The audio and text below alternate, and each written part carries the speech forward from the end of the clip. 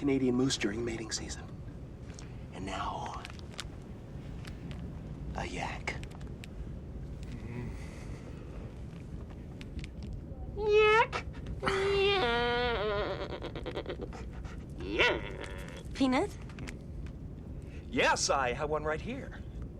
It's bulky, but I consider it carry-on. Peanut. Oh, I see.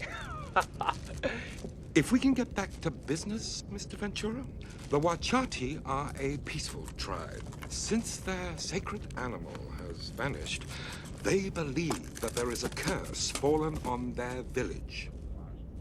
It all started some time ago. So, the daughter of the Wachati chief is set to wed the first son of the Wachutu tribe.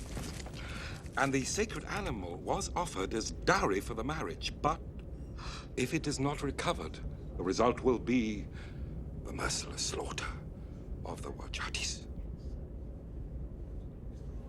Mr. Ventura. Mr. Ventura. There's someone on the way. Something.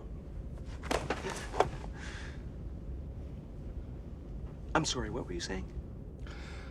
The daughter of the Wachati chief is set to wed the first son of the Wachutu tribe.